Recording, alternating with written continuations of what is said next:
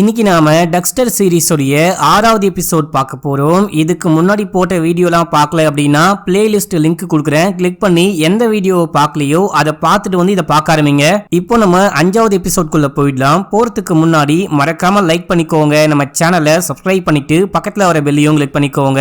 இன்ஸ்டால ஃபாலோ பண்ணாதவங்க ஓடி போயிட்டு ஃபாலோ பண்ணிட்டு வந்துருங்க. இப்போ 5வது எபிசோட் ஸ்டார்டிங் சீன்லயே நம்ம ஹீரோ லைன்ல நின்னு காஃபி வாங்கிட்டு போறாரு. நிறைய பேருக்கு லைன்ல நிக்கிறது அப்படின்னாலே பிடிக்காது, ஆனா எனக்கு ரொம்ப பிடிக்கும் அப்படின்னு சொல்றாரு. அதாவது மனசுக்குள்ளேயே பேசிட்டு காஃபி வாங்கிட்டு போறாரு. யாருக்குன்னு பார்த்தா நம்ம ஹீரோவுடைய தங்கச்சிக்கு தான். நம்ம ஹீரோவும் தங்கச்சியும் காஃபி எல்லாம் குடிச்சிட்டு அப்படியே ஜாலியா பேசிட்டே இருக்காங்க.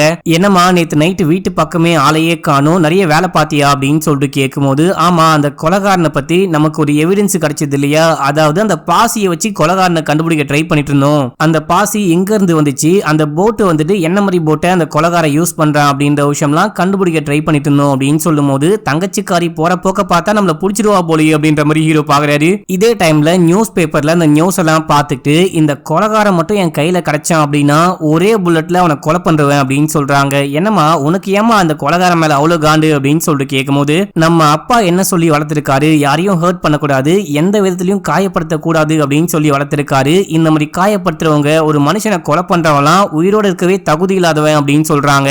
அதே அப்பா தான் எனக்கு கொலை பண்ண சொல்லி கொடுத்தாரு அப்படின்னு சொல்லிட்டு ஹீரோடைய மைண்ட் வாய்ஸ், சரிமா எனக்கு வேலை வந்துச்சு அப்படின்னு சொல்லிட்டு கிளம்புறாரு. இப்ப அப்படியே அங்க சீனை கட் பண்ணி இன்னொரு கிரைம் ஸ்பாட்ல காமிக்கிறாங்க. அங்க யாரோ ஒரு ஆளை கொலை பண்ணி போட்டு வச்சிருக்காங்க. அந்த இடம் முழுக்க ரத்தமா இருக்கு. அதுக்கப்புறம் சூப்பர் ஹீரோடைய மினியேச்சர் மாதிரிலாம் செஞ்சு வச்சிருக்காங்க. இதையெல்லாம் ஹீரோ பார்த்துட்டு இருக்கும் போது அங்க மரியா வராங்க.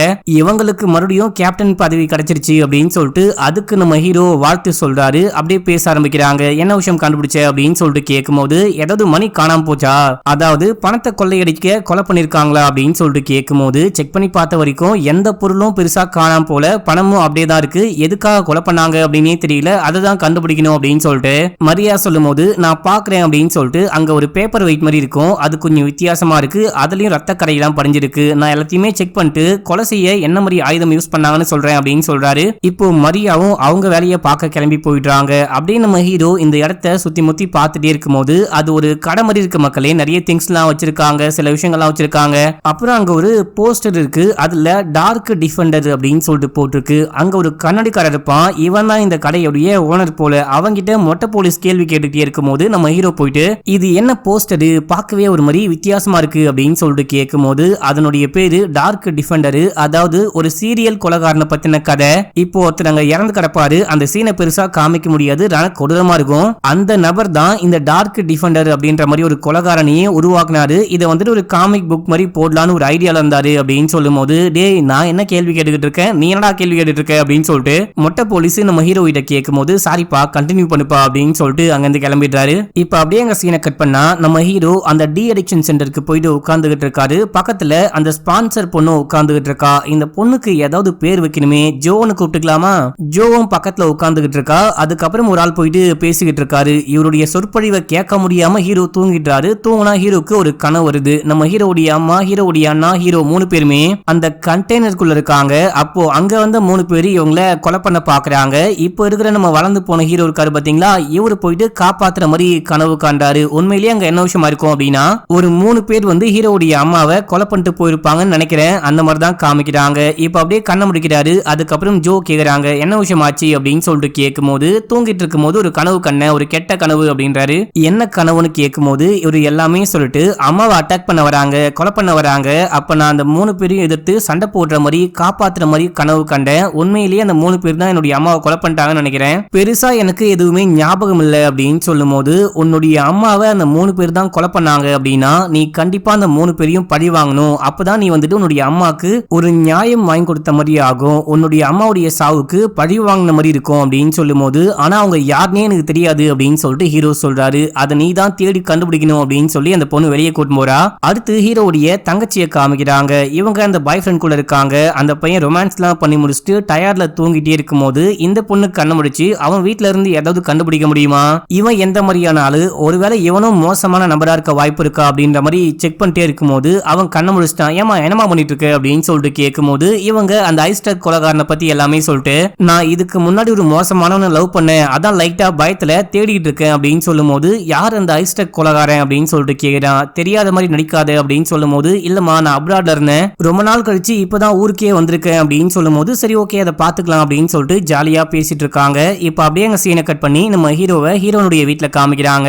அவரு ஜாலியா வீட்டுல இருக்காரு. அங்க ஏதோ ஒரு ஜந்து வருது அப்படின்னு சொல்லிட்டு அதை தள்ளி விட்டு பசங்க கூட விளையாடிட்டே இருக்கும் போது இப்போ ஹீரோனுடைய அம்மா ஹீரோ கிட்ட வந்து இங்க பாருப்பா, நீயே ஒரு ட்ரக் அடிக்டா இருக்க. இதுக்கு முன்னாடி பாலும் ட்ரக் அடிக்டார்னா அவன் என் பொண்ணை கொடுமை பத்தினதெல்லாம் போதும், நீ அந்த மாதிரி பண்ணக்கூடாது. நீ வந்துட்டு என் பொண்ணை பிரிஞ்சு போயிடு. நீ பிரிஞ்சு போனாதான் என் பொண்ணு ரொம்ப சந்தோஷமா இருப்பா அப்படின்னு சொல்லும் போது இங்க பாருங்க, நீங்க என்ன தப்பா புரிஞ்சுக்கிட்டு இருக்கீங்க. நான் ஒன்னும் பால் மாதிரிலாம் கிடையாது. நான் உண்மையிலேயே இவ்வளவு நல்லா பாத்துப்பேன் அப்படின்னு சொல்லிட்டு எவ்வளவு கன்வின்ஸ் பண்ண பாக்குறாரு. ஆனா அந்த அம்மா கோமாவே இருக்காங்க. இப்ப அப்படியே எங்க சீனை கட் பண்ணி போலீஸ் ஸ்டேஷன்ல காமிக்கிறாங்க ஒரு மீட்டிங். நம்ம ஹீரோவுடைய தங்கச்சி டாமு மத்தவங்க அந்த ஏஜென்ட் அப்படின்னு சொல்லிட்டு எல்லாருமே இருக்காங்க. இவங்க இப்போ என்ன கண்டுபிடிச்சிருக்காங்க அப்படின்னு சொல்லிட்டு பாத்தீங்கன்னா அந்த குறிப்பிட்ட பாசி வந்துட்டு இந்த 3 இடங்கள்ல மட்டும்தான் இருக்கும். அதுல ஒரு ஸ்பாட் வந்துட்டு என்னுடைய அப்பா வழக்கமா போட்டை நிப்பாட்டுற இடம் அப்படின்னு சொல்லிட்டு நம்ம ஹீரோவுடைய தங்கச்சி சொல்றாங்க. அதுக்கப்புறம் டாம்லாம் பேசிட்டே இருக்கும் போது சூப்பர்ப்பா, நீங்க கண்டுபிடிச்சிட்டீங்க. இப்போ உங்களுக்கான டாஸ்க் என்ன அப்படின்னா இந்த 3 இடம் செலக்ட் பண்ணிருக்கீங்க இல்லையா, இங்கதான் கண்டிப்பா அந்த பாசி இருக்கும் அப்படின்னு சொல்லிட்டு இந்த 3 இடங்களுக்கும் தனித்தனியா போங்க. ஆளாளுக்கு ஒரு இடத்த பிக் பண்ணி அங்க அந்த கொலைகாரன் இருக்க வாய்ப்பு இருக்கா, கொலைகாரன் இருந்தானா யாருன்னு கண்டுபிடிக்க ட்ரை பண்ணுங்க. சீக்கிரமா முடிஞ்ச அளவுக்கு அந்த கொலைகாரனை கண்டுபிடிக்க ட்ரை பண்ணுங்க அப்படின்னு சொல்லும் போது தங்கச்சிக்கு அடிக்கி சந்தோஷமா இருக்கு. நம்ம ஒரு பெரிய டீம்ல இருக்கோம், கொலைகாரனை கண்டுபிடிக்க போறோம் அப்படின்னு சொல்லிட்டு இந்த பக்கம் நம்ம ஹீரோ என்ன பண்றாரு அப்படின்னு சொல்லிட்டு பாத்தீங்கன்னா அம்மாவை கொலை பண்ண கொலைகாரனை எப்படியாச்சும் தேடி கண்டுபிடிக்கணும், அவனை வந்துட்டு பழி வாங்கணும் அப்படின்னு சொல்லிட்டு இந்த பழைய ஃபைல் இருக்கும் பாத்தீங்களா, அந்த ரூமுக்கு போயிட்டு ஒரு லேடியை மீட் பண்ணி இந்த மாதிரி அம்மாவை கொலை பண்ண அந்த கேஸை பத்தி சொல்லிட்டு அந்த கேஸுடைய ஃபைல்லாம் வேணும் அப்படின்னு சொல்லிட்டு கேட்கும் போது ஒரே ஒரு ஃபைலை கொடுக்குறாங்க. என்னப்பா 3 பேர் கொலை பண்ணாங்கன்னு கேள்விப்பட்டேன், ஒரே ஒரு ஃபைல் இருக்கு அப்படின்னு சொல்லிட்டு கேட்க 3 பேர்ல 2 பேர் ஏற்கனவே இறந்து போயிட்டாங்க. 34 வருஷத்துக்கு முன்னாடி நடந்த கேஸ் இல்லையா, ரொம்ப டைம் ஆயிடுச்சு, எல்லாரும் வயசாகி இறந்து போயிட்டாங்க. இன்னமும் ஒரே ஒரு ஆள் மட்டும் தான் உயிரோடு இருக்காரு. அவரு தண்டனை காலம்லாம் முடிஞ்சு வெளியே வந்துட்டாரு அப்படின்ற மாதிரி தான் கேள்விப்பட்டேன். இதான் ஃபைலு. அதுக்கப்புறம் ஒரு டேப் கூடவே இருக்கு அப்படின்னும் போது டேப்பா அப்படின்னு சொல்லிட்டு அதை வாங்கிட்டு போயிட்டு கேட்கும் போது நமக்கு அப்படியே விஷுவலா காமிக்கிறாங்க. நம்ம ஹீரோவுடைய வளர்ப்பு அப்பா இருக்காரு பாத்தீங்களா, அவரு போலீஸா இருந்தாரு அப்படின்ற விஷயம் உங்களுக்கு நல்லாவே தெரியும். நம்ம ஹீரோவுடைய உண்மையான அம்மா, நம்ம ஹீரோவை பெத்து எடுத்த அம்மா இருக்காங்க பாத்தீங்களா, அவங்க இந்த அப்பாவுடைய இன்ஃபார்மரா இருக்காங்க.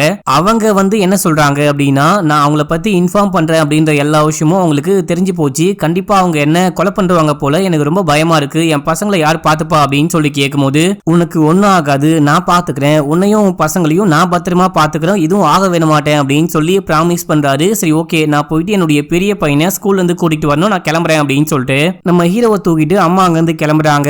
இதோட டேப்பு முடியுது. அட பாவி அப்பா, அப்படின்னா என்னுடைய அம்மா இறந்து போனதுக்கு நீங்களும் ஒரு காரணம், அதனாலதான் என்ன தூக்கி வளர்த்தீங்களா அப்படின்ற மாதிரி யோசிக்கிறாரு. அடுத்த சீன்ல போலீஸ் ஸ்டேஷனுக்கே ஜோ வராங்க. டக்ஸ்டர் எங்க அப்படின்னு சொல்லிட்டு டாம் கிட்ட கேட்கும் போது நீ யாருமா புதுசா இருக்க, அவன் ஒரு முக்கியமான வேலையா இருக்கான் அப்படின்னு சொல்லும் போது நான் டக்ஸ்டருடைய ஃப்ரெண்டு அப்படின்னு சொல்றாங்க. சரி ஓகே, என் கூட வா, நான் கூட்டிட்டு போயிட்டு காமிக்கிறேன் அப்படின்னு சொல்லிட்டு நம்ம ஹீரோ கடைசியா அந்த கடையில யாரோ கொலை பண்ணி போட்டு வச்சிருந்தாங்க பாத்தீங்களா, அந்த கொலை எப்படி நடந்திருக்க வாய்ப்பு இருக்கு அப்படின்னு சொல்லிட்டு அதையெல்லாம் ரெடி பண்ணி பார்த்துட்டு இருக்காரு. இந்த பொண்ணு டாம் உள்ளுக்குள்ள கூட்டிட்டு போக இதெல்லாம் என்ன பார்க்கவே ரொம்ப அழகா இருக்கி அப்படின்னு சொல்லிட்டு அந்த பொண்ணு பேச ஆரம்பிக்கிறா. சரிப்பா நீங்க பேசுங்க, பேசி முடிச்சதுக்கு அப்புறமா போர் அடிச்சா என்கிட்ட கூட வந்து பேசு அப்படின்னு சொல்லிட்டு டாம் சொல்லிட்டு போறாரு. இப்ப அப்படியே ஜோ டாம் கிட்ட கொஞ்சம் கொஞ்சமா பேச ஆரம்பிக்கிறா. உன்னுடைய அம்மாவை யாரு கொலை பண்ணா அப்படின்னு சொல்லிட்டு கொலைகாரனை கண்டுபிடிச்சிட்டியான்னு கேட்கும் போது கண்டுபிடிச்சிட்டேன், அவன் இந்த ஸ்பாட்ல இருக்க வாய்ப்பு இருக்கு அப்படின்னு சொல்ல, அப்படின்னா உடனே கிளம்பி போ, அவங்க கிட்ட போயிட்டு ஏன்டா நீ எங்க அம்மாவை கொலை பண்ண அப்படின்ற அந்த கேள்வியை மட்டுமாச்சு கேளு, உனக்கு அந்த ஆன்சர் கிடைச்சிருச்சு அப்படின்னா தான் உன்னுடைய மனசு அமைதியா இருக்கும், நானும் கூட வரேன், நீ போகும்போது என்னையும் கூட்டு போறியா அப்படின்னு சொல்லிட்டு கேட்கும் போது ஓகேன்னு சொல்றாரு. அதுக்கப்புறம் இது எப்படி ஆச்சு அது எப்படி ஆச்சு, ரத்தம்லாம் பார்க்க ரொம்ப அழகா இருக்கு, நீ வந்துட்டு ஒரு அற்புதமான வேலையை பார்த்துக்கிட்டு இருக்க அப்படின்னு சொல்லிட்டு இந்த விஷயம்லாம் பார்த்து அந்த பொண்ணு அப்படி அணுவா ரசிக்க ஆரம்பிக்கிறா. அடுத்த சீன்ல நம்ம ஹீரோவுடைய தங்கச்சியும் அந்த ஏஜென்ட்டையும் காமிக்கிறாங்க. நம்ம ஹீரோ எந்த படகு துறையில அவருடைய போட்டை நிப்பாட்டுவாரோ அதே ஸ்பாட்டுக்கு இவங்க வந்திருக்காங்க. இங்க தான் என்னுடைய அப்பா பல வருஷமா போட்டை நிப்பாட்டி வைப்பாரு, நிறைய வாட்டி அப்பா கூட வந்திருக்கேன் அப்படின்னு சொல்லிட்டு பேசிக்கிட்டே வராங்க. சுத்தி முத்தி பாக்குறாங்க. அந்த கொலைகாரன் கண்டிப்பா ஓன் போட்டை யூஸ் பண்ணி அந்த கொலையெல்லாம் பண்ணிருக்க வாய்ப்பு கிடையாது, அவன் வந்துட்டு ரெண்டல் போட் தான் கொண்டு போயிருப்பான், அப்பதான் பெருசா யாருக்கும் சந்தேகம் வராது, நம்ம மாட்டிக்க மாட்டோம் அப்படின்னு சொல்லிட்டு அந்த மாதிரி தான் அவன் யூஸ் பண்ணிருக்க வாய்ப்பு இருக்கு அப்படின்னு சொல்ல இந்த ஏஜென்ட் பேசிக்கிட்டே வராரு. திடீர்னு 1 மணி ஆயிடுச்சு, நான் சாப்பிட போறேன் அப்படின்னு சொல்லிட்டு உட்காந்து சாப்பிட ஆரம்பிக்கிறாரு. ஆடா பாவி பைத்தியம் முடிச்ச வெட்டுக்கிளி, நான் எவ்வளவு ஒரு முக்கியமான விஷயத்த பத்தி பேசிக்கிட்டு இருக்கேன், இந்த ஆளு பாட்டு தின்னி மூட்டை மாதிரி போய் தின்ன ஆரம்பிக்கிறானே அப்படின்னு சொல்லிட்டு கடுப்பா போயிட்டு பக்கத்துல உட்கார, ஏமா அந்தந்த டைமுக்கு அந்தந்த வேலையை பார்க்கணும், 1 மணி ஆயிடுச்சு அப்படின்னா சாப்பிடுற டைம், சாப்பிட்டே ஆகணும் அப்படின்னு சொல்லிட்டு சாப்பிட்டுக்கிட்டு இருக்காரு. இவங்க வந்துட்டு சரி ஓகே அந்த ஆளு வேலையில அந்த ஆளு கரெக்டா இருக்கான் அப்படின்னு சொல்லிட்டு அமைதியா உட்கார்றாங்க. அப்படியே சொந்த விஷயம் சோக கதையெல்லாம் பேச ஆரம்பிக்கிறாங்க. அப்புறம் தங்கச்சிக்காரி என்ன சொல்றாங்க அப்படின்னா இங்க எங்க சுத்தி பார்த்தாலும் சிசிடிவி கேமராவையே காணோம், முதல்ல ஒரு சிசிடிவி கேமராவை இங்க செட் பண்ணி யாரெல்லாம் போறா யாரெல்லாம் வரா அப்படின்ற விஷயத்த கண்காணிக்கணும். இதுக்கப்புறம் கூட அந்த கொலைகாரன் இங்க வந்துட்டு போக நிறையவே வாய்ப்பு இருக்கு அப்படின்னு சொல்றாங்க. இப்ப அப்படியே எங்க சீன் கட் ஆகுது. நம்ம ஹீரோவுடைய அம்மாவை கொலை பண்ண கொலைகாரனை தேடி கிளம்பிட்டாரு. அங்க தங்கச்சி கறி வந்து என்ன நாத்த சீக்கிரமா கிளம்பிட்ட போல அப்படின்னு சொல்லிட்டு கேட்கும் போது ஆமாமா ஒரு முக்கியமான வேலை இருக்கு அதான் கிளம்புறேன் அப்படின்னு சொல்றாரு. நீ எங்கேயாச்சும் போய் ஏதாவது பண்ணு, ஆனா நம்ம வழக்கமா போட்டை நிப்பாட்டி வைப்போம் இல்லையா, அந்த ஸ்பாட்ல கொஞ்சம் உசாராயிரு. ஏன்னா அந்த கொலைகாரன் அங்க இருந்து கூட போட்டை யூஸ் பண்ண அங்க வந்துட்டு போக கூட நிறையவே வாய்ப்பு இருக்கு அப்படின்னு சொல்லிட்டு போறாங்க. இதை கேட்டு ஹீரோவுக்கு பக்குனாகுது. ஐயோ இவளையே மாட்டி விட்டுறா போலயே, தம்மா துண்டு பாசியால மாட்டிப்போம் போலயே, என்னென்னமோ பண்ணும் இந்த பாசியை நோட் பண்ணாம விட்டுமே அப்படின்னு சொல்லிட்டு ஹீரோ போயிட்டு அங்க இருந்து கிளம்புறாரு. ஜோவும் கூடவே வர அப்படியே பேசிக்கிட்டே போறாங்க. என்ன விஷயம் ஆச்சு, ஏன் ஒரு மாதிரி சோகமா இருக்க, நம்ம தான் அந்த கொலைகாரனை போயிட்டு பார்க்க போறோம் இல்லையா அப்படின்னு சொல்லிட்டு கேட்கும் போது அந்த கொலைகாரனை பாக்குற வரைக்கும் அந்த கொலைகாரன் கிட்ட பேசுற வரைக்கும் எனக்குள்ள எரிஞ்சுக்கிட்டு இருக்கிற அந்த தீ அணையவே அணையாது. ஒரு மாதிரி சம கடுப்புல இருக்கேன். என்னுடைய அம்மாவை அவன் எதுக்காக கொலை பண்ணா அப்படின்னு சொல்லிட்டு அந்த விஷயத்தை யோசிச்சு நான் ஏதோ மத்தவங்களை காயப்படுத்திடுவனும் அப்படின்னு சொல்லிட்டு எனக்கு ரொம்ப ரொம்ப கவலையா இருக்கு அப்படின்னு சொல்றாரு. சரி ஓகே, நீ வெளியே போகும்போது என் கூட போறியே, உன்னுடைய கேர்ள் ஃப்ரெண்ட் எதுவும் தப்பா நினைச்சுக்க மாட்டாளா அப்படின்னு சொல்லிட்டு கேட்கும் போது ஏற்கனவே அந்த அம்மாக்காரிக்கு என்னை பார்த்தாலே புரிய மாட்டேங்குது, என் பொண்ணை விட்டு போ அப்படின்னு சொல்லிட்டு என்கிட்ட பேச ஆரம்பிச்சிட்டாங்க. உன்னை கூட்டிட்டு வெளியே போறேன் அப்படின்ற விஷயம்லாம் தெரிய வந்தா அவ்வளவுதான், அவளே பிரேக்கப் பண்ணிட்டு போயிடுவா, இந்த விஷயம்லாம் நான் சொல்லாம தான் வரேன் அப்படின்னு சொல்லும் போது உனக்கு அந்த பொண்ணை பிடிக்கல அப்படின்னா விட்டு, எனக்கும் உனக்கும் செட் ஆகுதான்னு பார்க்கலாம், நீயும் நானும் வேணா டேட்டிங் போலாமா அப்படின்னு சொல்லிட்டு கேட்கும் போது அதெல்லாம் வேணாம்ப்பா, நமக்கு செட் ஆகாது, எனக்கு அந்த பொண்ணு தான் செட் ஆவா, எனக்கு வந்துட்டு ரீட்டாவுடைய குழந்தைங்களையும் ரொம்ப ரொம்ப பிடிக்கும் அப்படின்னு சொல்றாரு. இப்ப அப்படியே சீன் கட்டாது. அடுத்து நம்ம கேப்டன் மரியாவையும் அந்த மொட்டை போலீஸையும் காமிக்கிறாங்க. இவங்க ஏதோ ஒரு குற்றவாளியை பிடிக்கிறேன் அப்படின்னு சொல்லிட்டு வந்து வெயிட் பண்ணிட்டே இருக்கும் போது இங்க பாரு மொட்டை, இந்த மாசத்துல நீ 2 பேரை கொலை பண்ணிட்ட, உன் மேல எந்த விதத்திலயுமே தப்பு கிடையாது, ஆனாலுமே நீ குற்றவாளிகளையே கொலை பண்ணிருந்தா கூட அவங்கள வேற எங்கேயாச்சும் கையில கால ஷூட் பண்ணி அரெஸ்ட் பண்ணிருக்கலாம், நீ கொலையே பண்ணிட்ட, உனக்கு மென்டலி சில இஷ்யூஸ் இருக்கு போல, நீ போயிட்டு தெரபிஸ்ட மீட் பண்ணா என்ன அப்படின்னு சொல்லிட்டு கேட்கும் போது இங்க பாரு மரியா, நான் 20 வருஷமா போலீஸ்ல இருக்கேன், என்ன பண்ணணும் என்ன பண்ணக்கூடாது அப்படின்னு சொல்லிட்டு எனக்கு எல்லாமே தெரியும், நீ எனக்கு அட்வைஸ் பண்ணாத அப்படின்னு சொல்ல, இங்க பாரு இங்க நான் தான் கேப்டன், நான் சொல்ற விஷயத்தை தான் நீங்க எல்லாருமே கேட்டாகணும், எனக்கு வந்துட்டு என் டீமை பத்தி நிறைய கவலைகள் அக்கறைகள்லாம் இருக்கும், முக்கியமா நீ வந்துட்டு என்னுடைய பழைய பார்ட்னர், உன்னை பத்தி எனக்கு நிறைய கவலைகள் இருக்கு அப்படின்னு சொல்லும் போது என்னை பத்தி நீ கொஞ்சம் கூட கவலைப்படவே தேவையில்ல, உனக்கு இந்த கேப்டன் பதவி வேணும் அப்படின்னா அதுக்கு நீ என்ன வேணா பண்ணுவ அப்படின்னு சொல்லிட்டு எனக்கு உன்னை பத்தி எல்லாமே தெரியும், ஸ்டார்டிங்ல முதல்ல இந்த கேப்டன் பதவிக்காக நீ என்ன பண்ண அப்படின்னு தெரியும், இப்போ இந்த கேப்டன் பதவிக்காக அந்த கேப்டன் பொண்ணுடைய பாய் ஃப்ரெண்ட் கூட ஒன்னா இருந்த அப்படின்னு தெரியும், எனக்கு நீ பாடம் நடத்தாத அப்படின்னு சொல்லும் போது இதே டைம்ல இவங்க வெயிட் பண்ணிட்டு இருந்தாங்க பாத்தீங்களா, அந்த நபர் வராரு, அந்த நபரை பிடிக்க ஓடுறாங்க. இப்ப அப்படியே சீனை கட் பண்ணி நம்ம ஹீரோவையும் ஜோவையும் காமிக்கிறாங்க. இவங்க கிளம்பி அந்த கொலைகாரன் இருக்கிறான் அப்படின்னு சொல்லி தெரிஞ்சுக்கிட்டாங்க பாத்தீங்களா, அந்த ஊருக்கு வந்து ஒரு ரூம் எடுத்து தங்குறாங்க. இதே டைம்ல ஹீரோயின் கால் பண்றாங்க, எங்க இருக்க, எப்ப வீட்டுக்கு வருவே அப்படின்னு சொல்லிட்டு கேட்கும் போது நான் ஒரு வேலை விஷயமா வெளியே வந்திருக்கேன், அப்புறமேட்டுக்கா தான் வருவேன் அப்படின்னு சொல்ல, ஏன் கால் இருந்து போன் பண்ணவே இல்ல, ஒரு டிஸ்டன்ஸ் மெயின்டைன் பண்ற அப்படின்னு சொல்லிட்டு ஹீரோயின் கேட்கும் போது உன்னுடைய அம்மா இந்த மாதிரிலாம் சொல்றாங்க, எனக்கு ரொம்ப கஷ்டமா இருக்கு, நான் கொஞ்சம் தள்ளியே இருக்க ட்ரை பண்றேன் அப்படின்னும் போது அப்படிலாம் ஒன்றும் கிடையாது, என்னுடைய அம்மாக்காக நான் மன்னிப்பு கேட்டுக்கிறேன், நீ கிளம்பி நாளைக்கு வீட்டுக்கு வா அப்படின்னு சொல்லிட்டு போனை கட் பண்ணேன். இந்த பக்கம் ஜோ இருக்கா பாத்தீங்களா, இவன் சும்மா இருந்தாலும் இந்த கிறுக்கு சிறுக்கி சும்மா இருக்க மாட்டா போலியே அப்படின்ற மாதிரி வேண்முத்தினே போயிட்டு கதவை திறந்து வச்சு குளிச்சுக்கிட்டு இருக்கா. மக்களே இந்த சீன் காட்ட முடியாது. அடுத்து அப்படியே ஹீரோடைய தங்கச்சியை காமிக்கிறாங்க. தங்கச்சி போயிட்டு பாய் ஃப்ரெண்டை மீட் பண்ணி பேசிட்டே இருக்கும் போது அவன் நான் குளிச்சுட்டு வரேன் அப்படின்னு சொல்லிட்டு போறான். அதுக்கு முன்னாடி லேப்டாப்ல ஏதோ மெயில்லாம் செக் பண்ணிட்டு இருப்பான். அது என்ன மெயில் அப்படின்னு சொல்லிட்டு பார்க்கலான்னு இந்த பொண்ணு போயிட்டு ஓபன் பண்ணி பார்க்க சில டெலிட்டட் மெயில்லாம் பாக்குறாங்க. அந்த டெலிட் பண்ண மெயில்லாம் ஓபன் பண்ணி பார்க்கும்போது ஐஸ் பிரின்சஸ் அப்படின்னு சொல்லிட்டு சில மெயில்லாம் டெலிட் பண்ணி வச்சிருக்கான். என்னது ஐஸ் பிரின்சஸா அப்படின்னா நம்மளை பத்தி இவன் நாவல் எழுதுறானோ ஏதாவது புக் எழுதுறானோ அப்படின்னு சொல்லிட்டு தப்பா சந்தேகப்பட்டு சண்டை போட ஆரம்பிக்கிறாங்க.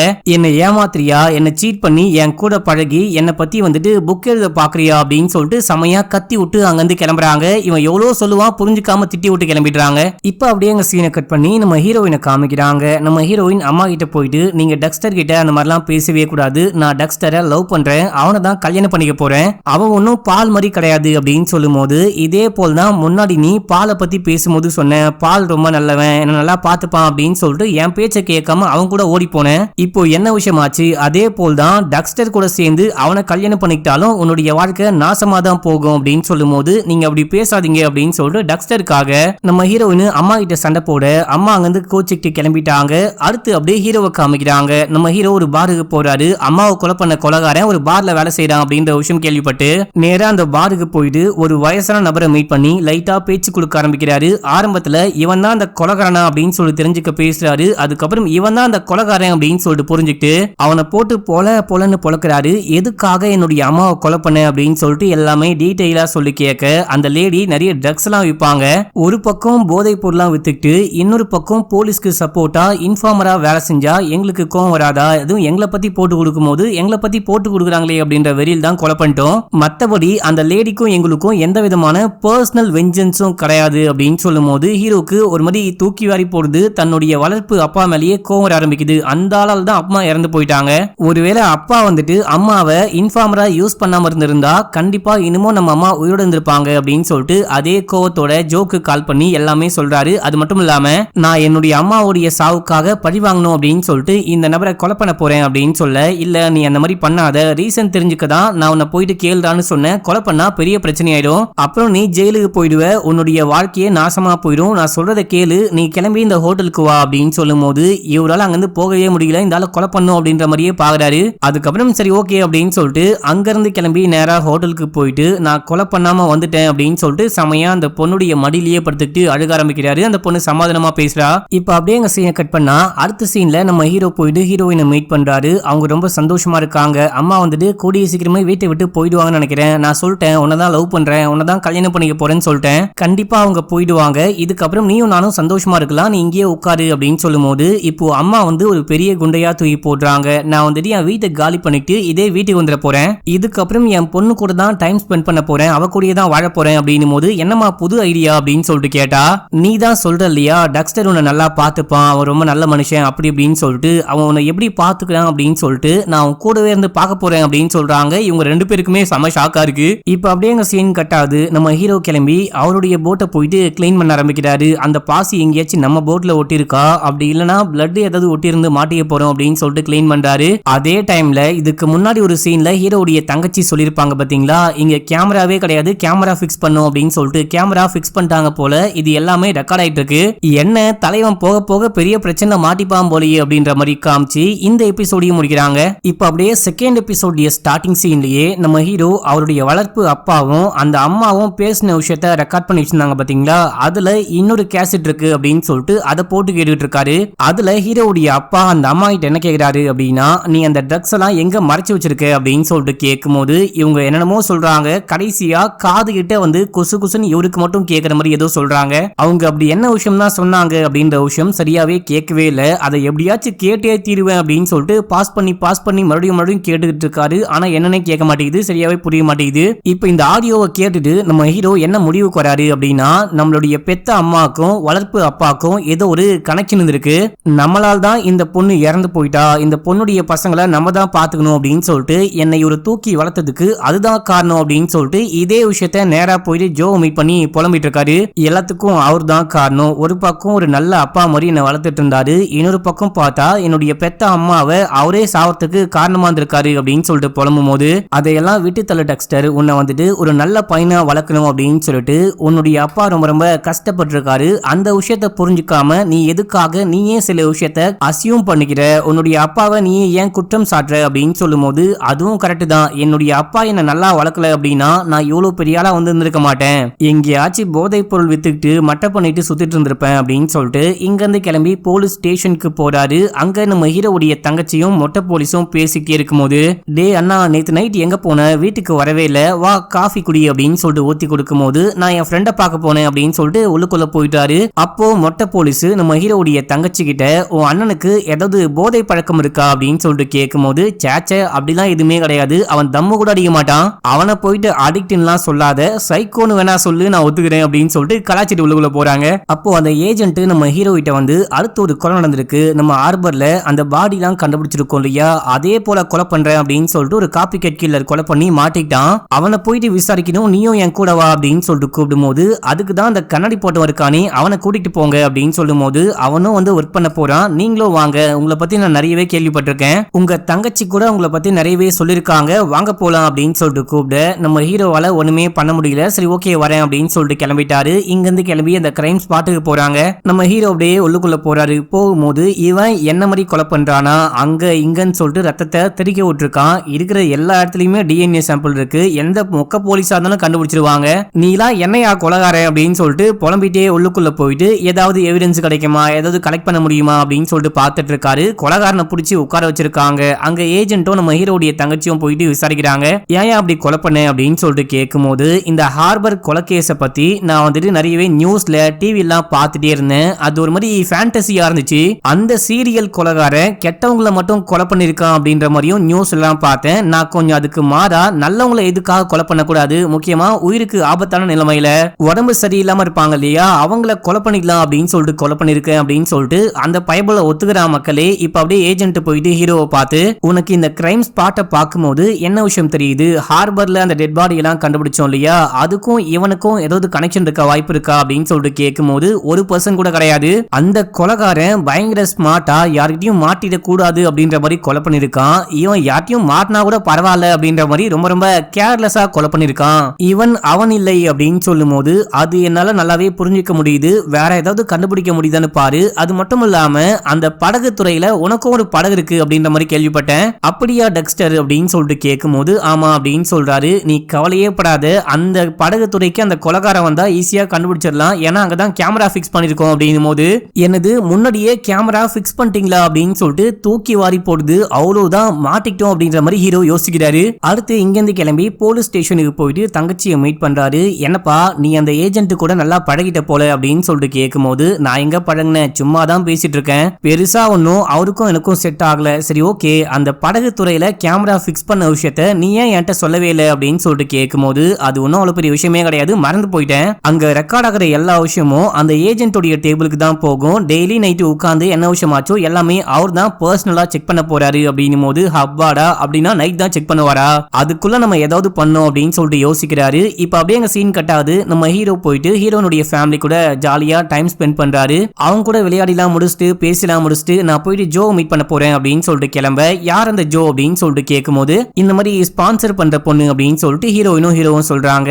அப்படின்னா நீ அந்த பொண்ணை வீட்டுக்கே கூட்டிட்டு வா, எல்லாருமே ஒன்னா சேர்ந்து டின்னர் சாப்பிடலாம் அப்படின்னு சொல்ல அந்த பொண்ணை ஹீரோ கூட்டிட்டு வராரு. எல்லாரும் உட்காந்து சாப்பிட்டுக்கிட்டு இருக்காங்க. இந்த பொண்ணு எல்லாருக்கிட்டையுமே ரொம்பவே ஜோயலா பேசி ஃப்ரெண்ட் ஆயிடுறா அப்படின்ற மாதிரி காமிக்கிறாங்க. அடுத்து ஹீரோவுடைய தங்கச்சியை காமிக்கிறாங்க. இந்த பொண்ணு போயிட்டு பாய் ஃப்ரெண்ட் மீட் பண்றா. முன்னாடி சீன்ல சண்டை போட்டிருப்பாங்க. அதுக்கப்புறம் இந்த பொண்ணு பாய் ஃப்ரெண்டை புரிஞ்சுக்கிறா. அவன் வந்துட்டு ஐஸ் பிரின்சஸ் அப்படின்னு சொல்லிட்டு ஒரு சின்ன பசங்களுக்கான ஸ்டோரி புக்கை ரைட் பண்றவனா. அந்த விஷயம் இந்த பொண்ணு தெரிஞ்சுக்கிட்டு, ஐயோ நான் தான் இவனை தப்பா புரிஞ்சுக்கிட்டேன் போல அப்படின்னு சொல்லிட்டு ஜாலியா பேச ஆரம்பிக்கிறா. இன்னைக்கு ஏஜென்ட் என்னை விட்டுட்டு என்னுடைய அண்ணனை தான் பயங்கரமா பாராட்டிட்டு இருந்தாரு. எனக்கு அந்த ஏஜென்ட்டை பார்க்கும்போது என்னுடைய அப்பாவையே பாக்குற மாதிரி தோணுது அப்படின்னு சொல்லும் போது, ஏன் அப்படி சொல்ற அப்படின்னு சொல்லிட்டு கேட்க, ஆமா எப்பயுமே என்னுடைய அண்ணனை தான் அப்பா பாராட்டிட்டே இருப்பாரு, இப்போ இருந்தாலும் அதே வேலையை தான் பாக்குறாரு அப்படின்றாங்க. இப்ப அப்படியே எங்க சீனை கட் பண்ணி அடுத்து நம்ம ஹீரோவுடைய வீட்டுல காமிக்கிறாங்க. நம்ம ஹீரோனும் சேர்ந்துட்டு ஜாலியா ரொமான்ஸ் பண்ணலாம் அப்படின்னு சொல்லிட்டு வந்தா, இதே டைம்ல ஜோ கால் பண்றா. அது வாய்ஸ் மெயிலா போகுது. அந்த வாய்ஸ் மெயில நம்ம ஹீரோயினும் ரொமான்ஸ் பண்ணும்போது அப்படியே கேட்க ஆரம்பிக்கிறாங்க. நீ வந்துட்டு உங்க கேர்ள் ஃப்ரெண்டை பார்க்க கூட்டு போன, அவங்க கேர்ள் ஃப்ரெண்டு பார்க்க அவ்வளவா நல்லாவே இல்ல, அது கூட பரவாயில்ல, அந்த அம்மாக்காரி இருக்காளே ரொம்ப ரொம்ப ஒரு கேவலமான பொண்ணு மாதிரி இருக்கா, அப்படி இப்படின்னு சொல்லிட்டு வாய்க்கு வந்தபடிலாம் சொல்லிட்டு, அது கூட பரவாயில்ல, நீயும் நானும் ஒரே ஹோட்டலுக்கு போனோம், அந்த ஹோட்டல்ல ஒரே ரூம்ல ஸ்டே பண்ணோம் அப்படின்ற விஷயம்லாம் தெரிய வந்தா அவ்வளவுதான் போலயே, சரி பரவாயில்ல இன்னொரு வாட்டி மீட் பண்ணலாம், மீட் பண்ணும்போது இது எல்லாத்தையுமே நேரா சொல்லி கலாய்க்கிறேன் அப்படின்னு சொல்லிட்டு அந்த வாய்ஸ் மெயில் முடிய அவ்வளவுதான் நம்ம ஹீரோயின் அப்படியே ருத்ர தாண்டவம் மாட்றாங்க. நீயும் அவளும் ஒரே ரூம்ல ஸ்டே பண்ணீங்களா அப்படின்னு சொல்லிட்டு கேட்கும்போது, ஏமா அது ஒரு முக்கியமான வேலையா வெளியே போகும்போது வேற வழியே இல்லாம ஸ்டே பண்ணோம், நான் சொல்ற விஷயத்த கேளு அப்படின்னும் போது இவங்க செமையா கத்தி விட்டு நம்ம ஹீரோ சொல்ற பேச்சையே கேட்காம, இதோட பிரேக்கப் டா, என்ன பார்க்கவே வராதடா அப்படின்னு சொல்லிட்டு அங்கிருந்து கிளம்பி அம்மா கிட்ட போயிட்டு இந்த விஷயம்லாம் சொல்லி ஹக் பண்ணி செமையா அழுகிறாங்க. அப்படியே மறுநாள் காலையில காமிக்கிறாங்க. நம்ம ஹீரோ சோகமா கண்ண முடிக்கிறாரு. நான் வந்துட்டு ரீட்டா இல்லாத வாழ்க்கையை எப்படி வாழ போறேன், ஹீரோயின் இல்லாம என்னால கண்டிப்பா வாழ முடியாது அப்படின்னு சொல்லிட்டு புலம்பிட்டே கிளம்பிட்டே இருக்கும் போது தங்கச்சி பாக்குறாங்க. டே சகோதரா என்ன விஷயம்டா ஆச்சு அப்படின்னு சொல்லிட்டு கேட்கும் போது, ஒன்னும் இல்ல ஆபீஸ் கிளம்புறேன் அப்படின்னு சொல்றாரு. டே சொல்றா சும்மா என்ன விஷயம் ஆச்சு அப்படின்னு சொல்லிட்டு கேட்கும் போது, எனக்கும் ரீட்டாக்கும் பிரச்சனை, என்ன அந்த பொண்ணு தப்பா புரிஞ்சுக்கிட்டா அப்படின்னு சொல்லும் போது, தப்பா புரிஞ்சுக்கிட்டா அப்படின்னா நீயே போயிட்டு பேச ஸ்டார்ட் பண்ணு, எக்ஸ்பிளைன் பண்ண ஸ்டார்ட் பண்ணு அப்படின்னும் போது, அவன் நான் பேசுறத கேட்கற சிச்சுவேஷன்லயே இல்ல அப்படின்றாரு. இங்க பாரு, உன்னால அவ கோச்சிக்கிட்டா அப்படின்னா நீயே போயிட்டு பேசுறது தான் கரெக்ட், ஏதாவது பேசி சமாதானப்படுத்த ட்ரை பண்ணு அப்படின்னு சொல்லிட்டே இருக்கும் போது ஆபீஸ்ல இருந்து கால் பண்றாங்க. உடனே கிளம்பி வாங்க அப்படின்னு சொல்லி நம்ம தங்கச்சியும் உடனே ஆபீஸ்க்கு கிளம்பி போனோம். ஏதோ கண்டுபிடிச்சிட்டாங்க போல அப்படின்னும் போது, எனது கண்டுபிடிச்சிட்டாங்களா, என்னதான் கண்டுபிடிச்சிட்டாங்களா அப்படின்னு சொல்லிட்டு மேபி அந்த வீடியோ ரெக்கார்டை பார்த்திருப்பாங்களோ அப்படின்னு சொல்லிட்டு பயந்துகிட்டே இங்கிருந்து ஸ்டேஷன் போயிட்டு மீட்டிங் அட்டென்ட் பண்றாங்க. அந்த ஏஜென்ட் அதுக்கப்புறம் டாமு அவங்க இவங்கன்னு சொல்லிட்டு எல்லாருமே சேர்ந்துட்டு இது வரைக்கும் என்ன கண்டுபிடிச்சிருக்காங்க, அதை பத்தி பேசிட்டாங்க. அதுக்கப்புறமா இப்போ ஒரு காப்பி கேட் ஒரு வயசானவங்களை கொலை பண்ணிருப்பான், அவனை பத்தி பேசிட்டாங்க. இதையெல்லாம் பேசிக்கிட்டே வந்துட்டு ஒன் பை ஒன்னா நைட் முழுக்க என்ன விஷயமாச்சு, பகல் முழுக்க என்ன விஷயமாச்சு அப்படின்னு சொல்லிட்டு அந்த கேமரா ஃபுட்டேஜ் எல்லாம் பார்த்துட்டு இருக்காங்க. இன்னமும் நம்ம ஹீரோவுடைய அந்த வீடியோ ஃபுட்டேஜை யாருமே பார்க்கவே இல்லை. வேற வேற துறைமுகத்துடைய வேற வேற இடத்துடைய அந்த ஃபுட்டேஜ் தான் பார்த்துட்டு இருக்காங்க. அது வரைக்கும் ஹீரோக்கு மனசுக்கு அமைதியா இருக்கு. நம்ம ஃபுட்டேஜை பார்க்கறதுக்குள்ள நம்ம ஏதாவது பண்ணோம் அப்படின்னு சொல்லிட்டு அவருடைய கேபினுக்கு போனா அங்க அந்த மொட்டை போலீஸ் உட்கார்ந்துட்டு நம்ம ஹீரோவுடைய உண்மையான அம்மாவும் அந்த அப்பாவும் சேர்ந்துக்கிட்டு பேசின விஷயம்லாம் இதுக்கு முன்னாடி நம்ம ஹீரோ போட்டு கேட்டிருப்பாரு. அந்த விஷயத்தை இப்போ இவன் போட்டு கேட்டுக்கிட்டு இருக்கான். ஹீரோ கடுப்பாகிறாரு. நீ பண்றது கொஞ்சம் கூட சரியே கிடையாது, என்னுடைய கோவத்தை தூண்டிக்கிட்டே இருக்க, தேவையில்லாம என்ன ஃபாலோ பண்ற, இப்போ என்னுடைய கேபின்குள்ள வந்து என்னுடைய பர்சனல் விஷயங்கள்லாம் போட்டு பார்த்துக்கிட்டு இருக்க அப்படின்னும் போது, என்னடா உனக்கு கோவம் வருதா, நீ என்ன அடிக்க போறியா, முடிஞ்ச அடிய அப்படின்னு சொல்லும் போது இதே கோவத்தோட கேப்டனை போயிட்டு மீட் பண்றாரு. மரியாவை மீட் பண்ணி இந்த மொட்டை போலீஸ் இந்த மாதிரிலாம் பண்றாரு, அவர் பண்றது கொஞ்சம் கூட சரியே கிடையாது, நான் அவர் மேல கம்ப்ளைண்ட் ஃபைல் பண்ண போறேன், சீஃப் கிட்ட கம்ப்ளைண்ட் பண்ண போறேன் அப்படின்னும் போது, இல்ல நீ அந்த மாதிரி பண்ணாத, நான் பாத்துக்கிறேன், நீ கொஞ்சம் இப்போ வெளியே போயிட்டு வா, அதுக்குள்ள நான் அவங்ககிட்ட பேசி எல்லாமே சரி பண்றேன் அப்படின்னும் போது, இல்ல நான் போக மாட்டேன், எனக்கு முன்னாடியே பேசுங்க அப்படின்றாரு. டக்ஸ்டர் நான் சொல்ற விஷயத்த கேளு,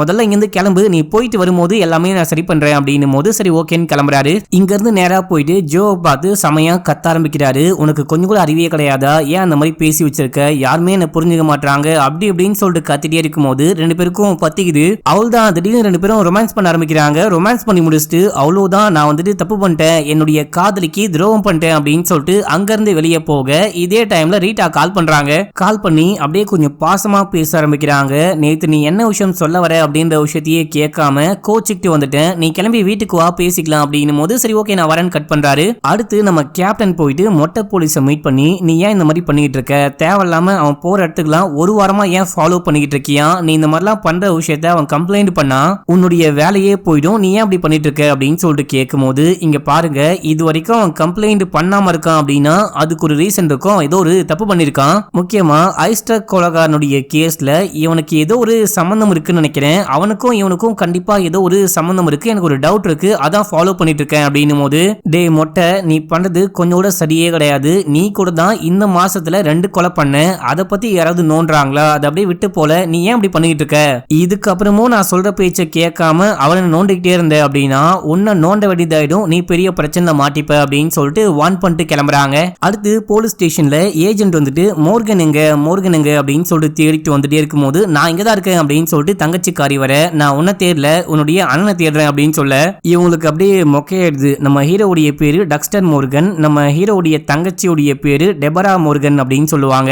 இப்போ எதுக்காக இந்த ஏஜென்ட் நம்ம ஹீரோவை தேடிட்டு இருக்காரு அப்படின்னு சொல்லிட்டு பாத்தீங்கன்னா, ஓஸ்லே அப்படின்னு சொல்லிட்டு ஒரு கொலைகாரனை கூட்டு வந்திருக்காங்க, அவன் கூட வரும்போது வக்கீலையும் கூட்டு வந்திருக்கான். இதுக்கு முன்னாடி ஒரு சீன்ல ஒரு கிரைம் ஸ்பாட்டுக்கு போயிட்டு காப்பி கட் கொலைகாரன் அப்படின்னு சொல்லிட்டு ஒருத்தனை அரெஸ்ட் பண்ணி கூட்டு வந்திருப்பாங்க. ஆக்சுவலா அவன் வந்துட்டு அந்த வயசானவங்களை கொலையே பண்ணல மக்களே. இப்போ இந்த ஓஸ்லே இருக்கான் பாத்தீங்களா, இவன் தான் அந்த வயசானவங்களை கொலை பண்ணிருக்கான், அவன் சும்மா கெத்தா இருக்கட்டும் அப்படின்னு சொல்லிட்டு நான் தான் கொலை பண்ணேன் அப்படின்ற மாதிரி ஒத்துக்கிட்டான் போல, இவன் தான் கொலைகாரன். ஆனா இவனுக்கு எதிராக எந்த எவிடன்ஸுமே கிடையாது, என்ன உங்களால அரெஸ்ட் பண்ணவே முடியாது அப்படின்னு சொல்லிட்டே இருக்கும் போது அந்த டிஎன்ஏ சாம்பிள் எல்லாம் கலெக்ட் பண்ணலாம் அப்படின்னா ஹீரோவை தேடிட்டு இருக்காரு. ஹீரோவை காணோம் அப்படின்னு சொல்லிட்டு அந்த கண்ணாடிக்கார கூப்பிட்டு நீ செக் பண்ணிப்பா அப்படின்னு சொல்லும் போது இவர் வந்து செக் பண்ணி பாக்குறாரு, அந்த டிஎன்ஏ சாம்பிள் எல்லாம் கலெக்ட் பண்ணிட்டு போறாரு. இப்போ வக்கீலும் ஓஸ்லேயும் சேர்ந்துட்டு எனக்கு எதிராக உங்ககிட்ட எந்த ஆதாரமும் கிடையாது, நான் கிளம்புறேன் அப்படின்ற மாதிரி அவங்க பாட்டுன்னு கிளம்பி போயிடுறாங்க. இப்போ நம்ம ஹீரோ எங்கடா அப்படின்னு சொல்லிட்டு பார்த்தா நம்ம ஹீரோ எப்படியாச்சும் அந்த கேமரா ஃபுட்டேஜை டெலீட் பண்ணும் அப்படின்னு சொல்லிட்டு பார்த்துக்கிட்டு இருக்காரு. எப்படியாச்சும் டெலீட் பண்ணுமே, என்ன ஐடியா பண்ணலாம் அப்படின்னு சொல்லிட்டு யோசிக்கும் போது ஃபயர் அலார்மை ஆன் பண்ணி விடுறாரு. இப்போ எல்லாரும் பயந்துட்டு வெளியே ஓடுறாங்க. நம்ம ஹீரோ மட்டும் சைலண்டா அந்த ரூம்குள்ள போயிட்டு அந்த வீடியோவை டெலீட் பண்ணி விட்டு வெளியே வந்துடுறாரு. அதே டைம்ல ஹீரோவுடைய தங்கச்சி பரபரப்பா எங்கேயோ கிளம்புறாங்க.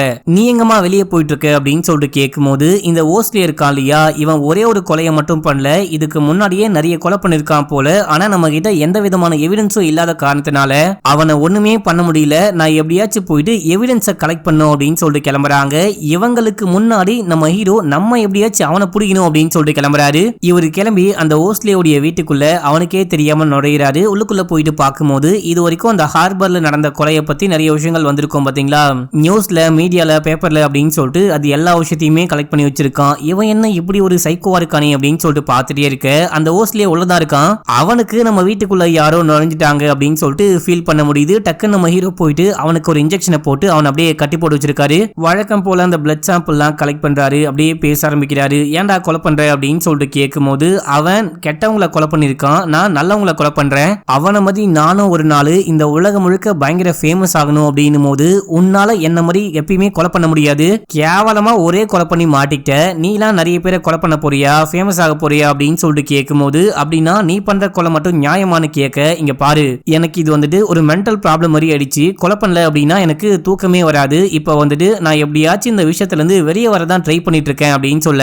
ஓ அப்படின்னா நீ என்ன கொலை பண்ண மாட்டியா அப்படின்னு சொல்லிட்டு கேட்கும் போது, நான் எப்படா உன்னை கொலை பண்ண மாட்டேன்னு சொன்னேன், உன்னை கொலை பண்ணாதான் எனக்கு தூக்கமே வரும் அப்படின்னு சொல்லிட்டு கொலை பண்றாரு. துண்டு துண்டா கட் பண்ணி கொண்டு போயிட்டு இவன் அந்த டெட் பாடியை எங்க போட்டு வச்சிருந்தானோ அதே ஸ்பாட்லயே போட்டு வந்துட்டாரு. டெட் பாடியை போலீஸ் கண்டுபிடிச்சு அந்த ஸ்பாட்டுக்கு போயிட்டு விசாரிக்க ஆரம்பிக்கிறாங்க. ஏதாவது க்ளூ கிடைக்குமா அப்படின்னு சொல்லிட்டு பாக்குறாங்க. ஏஜென்ட் என்ன சொல்றாரு அப்படின்னா, அந்த கொலைகாரன் நம்மள வாட்ச் பண்ணிட்டு இருக்கான்னு நினைக்கிறேன், அதனால தான் இங்கேயே கொலை பண்ணி கொண்டு வந்து போட்டு போயிருக்கான், நம்ம கொஞ்சம் உஷாரா இருக்கணும் அப்படின்னு சொல்லிட்டு பேசிக்கிட்டே இருக்கும் போது, இப்பெல்லாம் நீங்க வந்துட்டு என்ன பெருசா பாராட்டாம என்ன பெருசா கண்டுக்காம என்னுடைய அண்ணன் தான் பெரிய ஆளு அப்படின்ற மாதிரி பேசிட்டு இருக்கீங்க. ஏன் நான் இப்பெல்லாம் ஒழுங்கா விசாரிக்க மாட்டேனா, ஒழுங்கா வேலை செய்ய மாட்டேனா அப்படின்னு சொல்லிட்டு கேட்கும் போது, அப்படி கிடையாது, உன்னுடைய அண்ணாவை நான் எதுக்காக இந்த டீம்ல சேர்த்து விட்டேன் அப்படின்னா எனக்கு உங்க அண்ணாவை பிடிக்கும்ன்ற காரணம் கிடையாது, எனக்கு அந்த கண்ணாடி போட்ட டாக்டரை பிடிக்கல, அதனால தான் உன்னுடைய அண்ணாவை சேர்த்து விட்டுருக்கேன், மற்றபடி நீ எப்பயுமே செம ஸ்மார்ட் தான், செம புத்திசாலி தான் அப்படின்னு சொல்லும் போது இவங்க அப்படியே சந்தோஷப்பட்டு ஹக் பண்றாங்க. இப்ப அப்படியே எங்க சீன் கட் ஆகுது. ஹீரோயின் வர சொன்னாங்க இல்லையா, நம்ம ஹீரோ போயிட்டு ஹீரோயினை மீட் பண்றாரு. அன்னைக்கு என்ன விஷயம் ஆச்சு, எதுக்காக நீயும் அந்த பொண்ணும் போயிட்டு ஹோட்டல்ல ஸ்டே பண்ணீங்க அப்படின்னு சொல்லிட்டு கேட்கும் போது இவர் எல்லாமே சொல்ல ஆரம்பிக்கிறாரு. என்னுடைய அம்மாவை எவன் கொலை பண்ணானோ அவனை பார்க்கலான்னு போனேன், இந்த விஷயத்தை பத்தி அந்த பொண்ணு கிட்ட சொல்லும் போது நானும் கூட வரேன் அப்படின்னு சொன்னா, அதனால தான் அந்த பொண்ணை கூட்டிட்டு போனேன், வேற ரூம் இல்ல அப்படின்னு சொல்லிட்டு ஒரே ரூம்ல 2 பேரும் ஒன்னா ஸ்டே பண்ணோம், மத்தபடி சத்தியமா ஒண்ணுமே கிடையாது, இந்த விஷயம் தான் ஆச்சு அப்படின்னு சொல்லும் போது, இங்க பாரு உன்னுடைய சந்தோஷம் துக்கத்தை பகிர்ந்துக்க உன்னுடைய கேர்ள் ஃப்ரெண்டு நான் இருக்கேன், என்கிட்ட சொல்லி என்ன கூட்டிட்டு போகாம எதுக்காக அவளை கூட்டு போனேன், சரி ஓகே நடந்து முடிஞ்சு போன விஷயம்லாம் விட்டு இதுக்கப்புறம் என்கிட்ட மட்டும் எல்லாமே சொல்லு, என்ன மட்டும் கூட்டிட்டு போ, நீ போயிட்டு அந்த பொண்ணை மீட் பண்ணாத அப்படின்னும் போது, இப்பதான் நான் அந்த பொண்ணை மீட் பண்ணிட்டு வந்தேன், அந்த பொண்ணு ஒன்னும் அவ்வளவு மோசமான பொண்ணு கிடையாது அப்படின்னு சொல்லும் போது, ஓ நான் அவ்வளவு சொல்லியும் அந்த பொண்ணுக்கு நீ வக்காலத்து வாங்குறியா, அந்த பொண்ணை மீட் பண்ணிட்டு வரையா அப்படின்னா நீ அந்த பொண்ணுகிட்டயே கிளம்பு, என்கிட்ட பேசாத, வெளியே போ அப்படின்னு சொல்லிட்டு கத்தி வெளியே அமிச்சிடுறாங்க. ஹீரோ யாரும் என்ன புரிஞ்சிக்கவே மாட்டாங்க அப்படின்னு சொல்லிட்டு மறுபடியும் போயிட்டு ஜோவை மீட் பண்றாரு. இதோட இந்த எபிசோட முடியுது. அடுத்த எபிசோடு முடிஞ்ச அளவுக்கு சீக்கிரமா போடுறேன். ஒரு லைக் பண்ணுங்க, அப்படியே டக்ஸ்டர்னு கமெண்ட் பண்ணுங்க. இது எவ்வளவுக்கு எவ்வளவு அதிகமா வருதோ அவ்வளவுக்கு அவ்வளவு மோட்டிவேட் ஆயிட்டு டக்குன்னு பார்த்து டக்குன்னு ரெக்கார்ட் பண்ணி டக்குன்னு போட்டுருவேன். அண்ட் நான் போடுற வீடியோஸ்லாம் மிஸ் பண்ணக்கூடாது அப்படின்னா சப்ஸ்கிரைப் பண்ணிக்கோங்க, பக்கத்துல வர பெல்லையும் கிளிக் பண்ணிக்கோங்க. இன்ஸ்டால ஃபாலோ பண்ணாதவங்க ஓடி போயிட்டு ஃபாலோ பண்ணிட்டு வந்துருங்க. ஓகே மக்களே, பாய்.